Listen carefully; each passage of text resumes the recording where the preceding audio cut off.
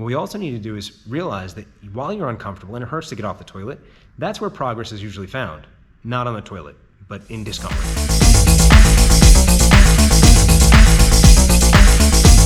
All right, so we're 2 weeks into the new year. I know you guys are getting frustrated by me saying the same thing about focusing on your goals, but right about now, you guys are getting discouraged, and you're more discouraged at the fact that you went out and bought a whole bunch of new clothing and it didn't help you get to your goal. Those new shoes never help you reach your goal any faster, and you should probably stop buying stuff because they say they're gonna help you get there faster. They're not. It's a matter of getting off the couch and doing the work. However, you shouldn't be discouraged. What's happening right now is 100% normal, and everyone is going through it. What happens next is what separates you from all the other people that are going to be gone by the beginning of February because they didn't lose their 20 pounds in the first month. You were never going to. Nobody was ever going to lose their weight in the first month that they came to the gym. It just doesn't happen that way. The only time that you're going to lose 20 pounds in a month is if you're sitting at about 500 to 600 pounds currently, and that's when you'll see that weight drop off that fast. Now, there are some extreme examples. However, for the most part, you're doing good if you've already dropped 5 or 6 pounds. But some of you haven't. Some of you don't have 20 to 30 pounds to lose. You've only got 5 or 6 pounds to lose. This is where you need to focus on you and kind of put your head into a bubble.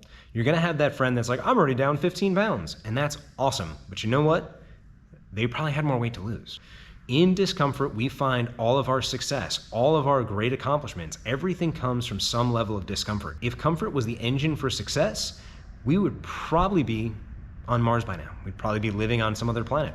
We probably would be the aliens. But we're not. What inevitably happens is we found our comfort zone, we sat on the couch for years, and now that we're breaking out of that comfort zone, we're tired, we're sore, we're frustrated. And that's okay. Keep moving forward. Maybe at this point you're not sore. Maybe at this point your primary goal for the beginning of the year was just to eat better. And maybe you find yourself starving all the time because you can't figure out why you're eating a head of lettuce and a slice of chicken and you just can't ever feel full. Well, you're possibly under eating. If you're not tracking your food, now's a really good time to start, because instead of going backwards and just saying, screw it, I quit, why not do something you haven't done in the past? I know a lot of you don't want to have to track food because it's hard and it's frustrating and you don't like to do it. I get that. But if what you've done in the past was working, you wouldn't be watching this video. You'd be there. You'd be sitting on a beach somewhere in a bikini, drinking a Mai Tai, looking at the Cabana Boys. But you're not. Part of eating better is eating enough to perform. And I know I've talked about that in other videos. You have to eat enough fuel to perform well. So really look at your food. Really go back to tracking your food. Take pictures of your food. Whatever you have to do. Identify how much food is actually coming in per day. I know we've talked about it in a previous video, and I'll link it somewhere up here. But to break down the number of calories that you need per day, take your body weight and you multiply it by 10. Once you've done that, it allows you to understand how many calories you need to eat per day to maintain your weight. I know you don't want to maintain weight. You want to lose weight. That's to maintain your weight without activity. So you have to let me finish the whole thought before you're like, well, fuck this guy. He doesn't know what he's talking about. I do. I also know that you're probably sitting there going, how did he know I said that? 20 years of experience. I've heard it a lot. Maybe you're not one of the new year, new me people. Maybe you've been working at your goal for a few weeks now and you're frustrated because you still feel like you should be farther along. Congratulations. You started before the curve, and you're right, you should be farther along. But there's lots of pitfalls between what you're doing for your workouts. Maybe they're not the right thing for you. Maybe you're not sleeping well. Maybe you're not eating well. The sleep is actually something, and I've talked about this in a bunch of other videos, that is massively important, but people overlook constantly. People do not want to sleep. For some reason, they feel like sleep itself is overrated. They feel like they're wasting time, so they don't sleep. But like I said, in previous videos, we've talked about what happens when you don't sleep and how it throws a lot of your hormones off. And I know some of you are hiding behind that hormone shield right now, and it's time to put the hormone shield down because there's things that you can do to help yourself without modifying your hormones. And there's things that might need hormonal interventions, but most of you just need to go to sleep and probably cut out the alcohol before bed, and that'll help a lot more getting you towards where you need to be. All too often I hear the phrase, I couldn't be doing anything better.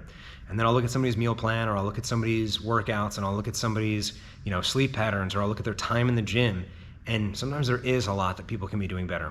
All too often when people are going to the gym, especially this time of year, they're seeing people they haven't seen in a very long time because all their gym friends that may or may not have been there for the entire year want to play catch up.